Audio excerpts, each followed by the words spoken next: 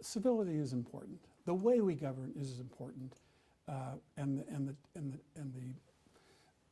the attitude with which we govern is just as important as how we're governing.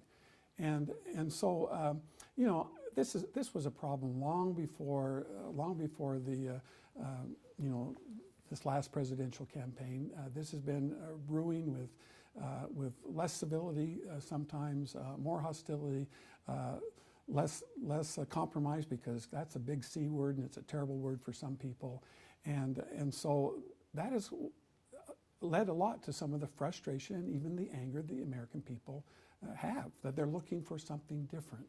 I don't like the tenor that comes out of talk radio sometimes, or newscast, not newscasts, but you know, editorials on television and stuff like that. It's not, I don't think that's the way you really get things done. You get things done by respecting the other side's opinion and learning from one another, and that usually brings the conversation to a higher level and brings the resolutions to a higher level, generally with better resolutions than just one side.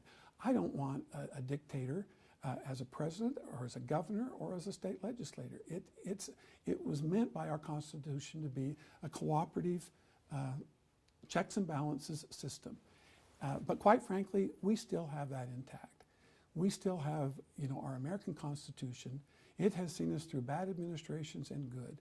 It has seen us through good Congresses and bad Supreme Court justices all the way through, and it will continue to do so. So, you know, yes, we can criticize a person's style because it's not our own style. We have all kind of migrated to the style we think works best for us. But I think we do need more civility in government. I think government should be the example of how we treat one another, not how we act dysfunctionally. And so, you know, I would like to see more of that cooperation and more of that rhetoric going on. I think President Trump will find that is successful for him as well in some areas, but he has a different personality than many of us, and he will be successful in accomplishing a number of things with that. He will find he will fail because he isn't learning those lessons too. If he doesn't learn those in some things, he'll be successful at some and fail at others, just like we all do. But I think that if we want to build people's trust in their government, we have to do it in a way that shows compassion and reason and understanding and a desire to learn from one another.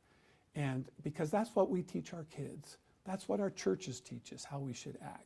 And until we bring that to the government level, I think we're going to have trouble getting people re-engaged in government. You know, more and more people aren't voting, they're not interested, they find a political corruption and they just love it because that's why they thought all government was anyway.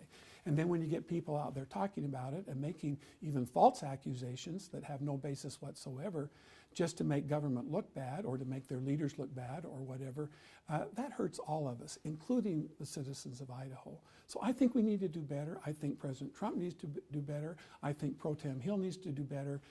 But I think as we do, we will gain more trust and confidence of the citizens, which are really the ones we were sent here to serve, not to get things off of our chest and be able to say it in our own way.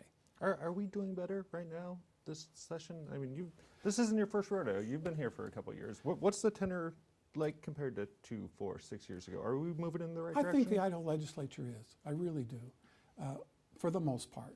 And we have, I think, we have more cooperation may be the wrong. We have more understanding and a desire to understand what one another between the executive branch and the legislative branch, I think, than we've had, you know, for years.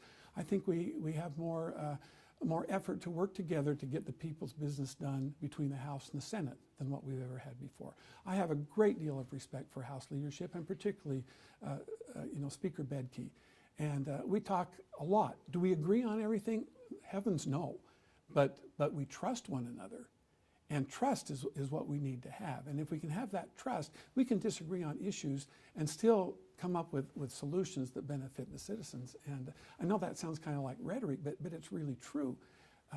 we've got to put the citizens' interests first instead of our own political interests or the interests of our party or the interests of our house or our branch of government. And I think we are doing that better at the state level.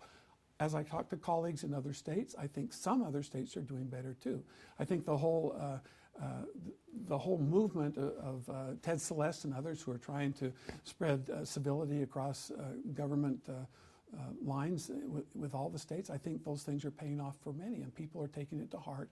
And some people who just believe that bullying and intimidation is the way to get things done, I think some of them are starting to understand, yeah, that gets some things done, and sometimes in the short run. But if you want to do a good job for the people who elected you over a long term, you've got to do it with the cooperation of others, and that means treating other people with respect and civility. And so I think we are doing better. I think some states are doing better. The federal government, I guess we'll wait and see. And let me use another probably terrible analogy, but Okay.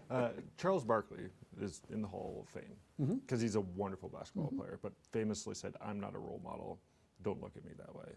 When you look at legislators, is it more important to be a good policymaker, like that basketball side, or is it more important to be that role model? Well, I think there's like any analogy, it falls apart at some point, you know.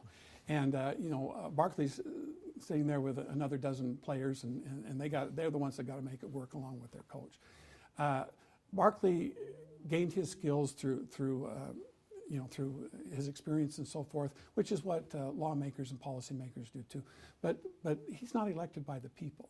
He represents himself. He does not have to be a role model. I think that we are elected by the people to go and do and have good policy, to try to do things that are in the best interest of the citizens, of those who elected us, as well as all the rest of them in the state, to be a good part of this union of the United States of America.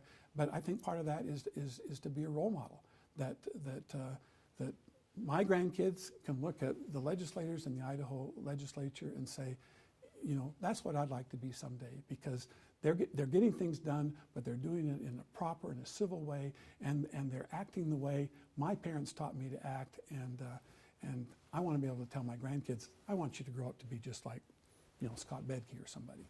And so I think they're both important, but I think our roles are a little bit different than a person out there that wasn't elected to be a role model. I think that's part of our responsibility. I think that's what the people who elected me, they want me to set a good example for their kids.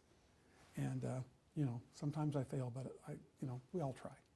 Do you tell your grandkids, I want you to grow up and be like our commander-in-chief right now? No. No. Is he fulfilling that role model? No.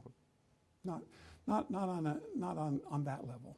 Now again, I agree with many of his policies. I agree with a lot of things that he's doing. I think he was a much better choice personally than the other choice we had. But from you know, like I've said before, I'm probably not going to go to my grandson and say, I want you to grow up to be just like that. I want you to grow up to have some of those qualities, but there are other things that are important in your life that I don't want you to emulate there.